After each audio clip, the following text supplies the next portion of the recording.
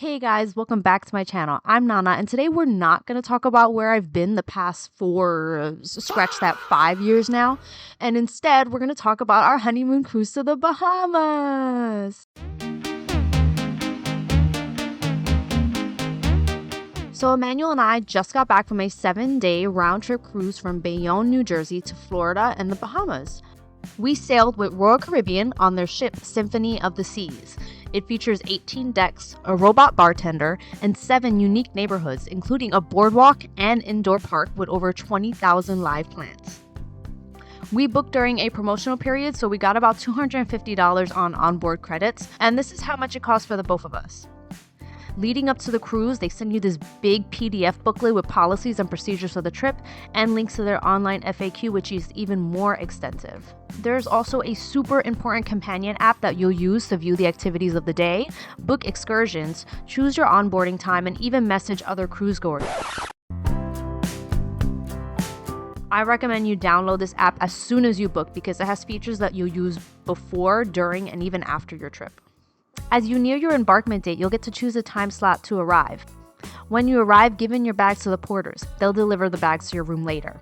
They say if you tip these guys, your bags will be delivered to your room sooner, but you didn't hear it from me. We budgeted to get a balcony room, which was so awesome, and honestly, I recommend for a trip of this length because natural light is so important to wake up to. It's important for your body clock. It's important to keep you from going The Shining on everybody on that boat by day 3. If your room is interior facing and not ocean facing, you may be overlooking Central Park like ours did. We would open the door and hear the music performers at night, which was so nice.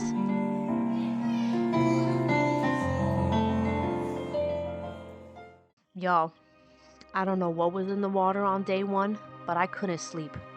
All I felt was the rocking. Even when I closed my eyes, I could feel my brain moving back and forth in my head. Like it felt like my brain was only attached by 2 stems and it was swinging in a hammock. The first night I tried Dramamine, I tried alcohol, I tried quiet clubbing to exhaust myself. It didn't work. I was wide awake. I think it was the excitement. Also, pro tip, if you aren't using your coat hangers, take them off the rail and put them on the ground, or you'll hear them rocking back and forth at night. I'm not the most seasick person, but I'm not immune to motion sickness, and that rocking starts to feel like the telltale heart.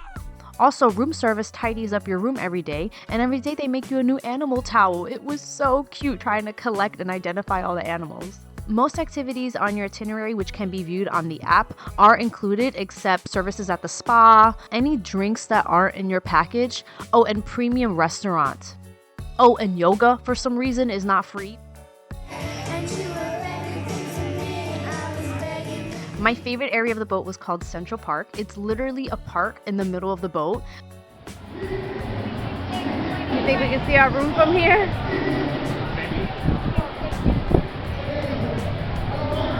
We did a horticultural tour of how they care for the plants. They showed us the Toolman shed, and they showed us how they care for the plants, like how they rig themselves up to water the plants. And on the other side of the boat, they have water slides and tallest dry slide at sea. It's taller than the White House. Honestly, it was dark and it made me really nauseous. It made me feel like I was being born. It was stuffy, the audio effects were muffled, and it's actually so much slower, so it's actually less like being born and more like dying. I would have preferred a slide with a view, like if they open up the slide and put glass on top, like how one of the water slides had. Like, after all, we're at sea, why not take advantage of the open sky? They had parades with floats.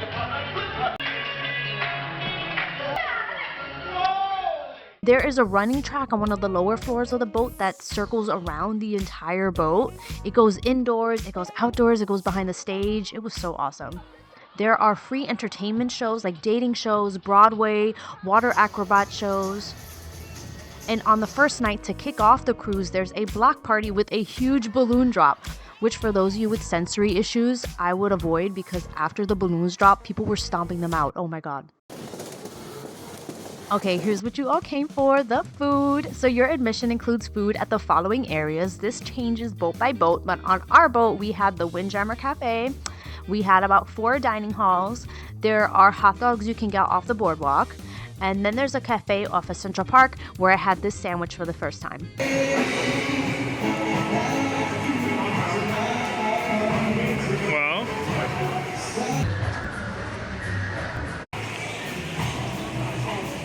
And the menu at the Windjammer Cafe and the main dining halls change every day.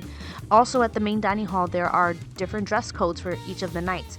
Wear white, black tie affair, Hawaiian shirt night. They just give you different reasons to like dress up and really make an occasion of eating dinner.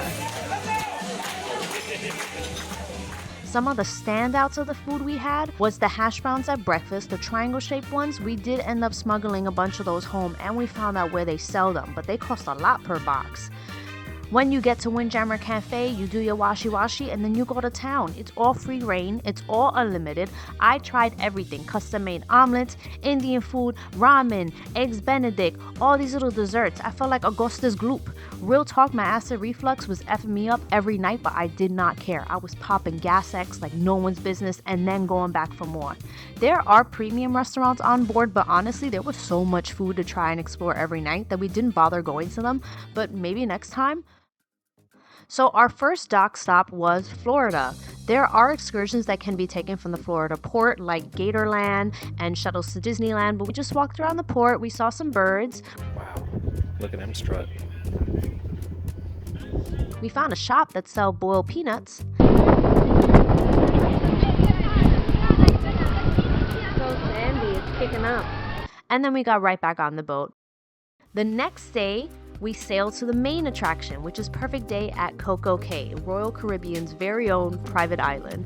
Coco Cay was so stunning. We got so lucky. The weather was so perfect and the water was so clear and warm. They greet you with music when you get off the dock, and the island has this shuttle system. They take you all through the island. There's pool tables, there's bars. Food over there is unlimited as well.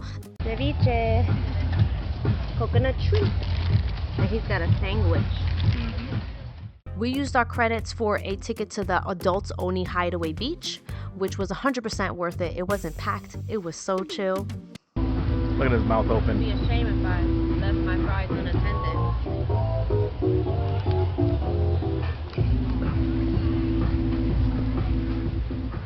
We went on the Sights and Taste tour at the town of Nassau.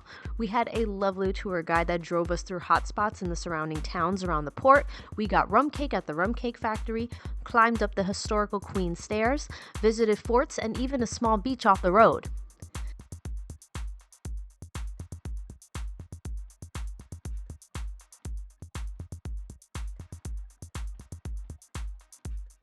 Well, thank you so much for watching. Be sure to comment, like, and subscribe. Watch some of my other videos. It's a hard cheese. I want to say like maybe it's like Swiss, like Gruyere, Asiago, Parmesan. That's what it tastes like. Come on. Love you. Bye.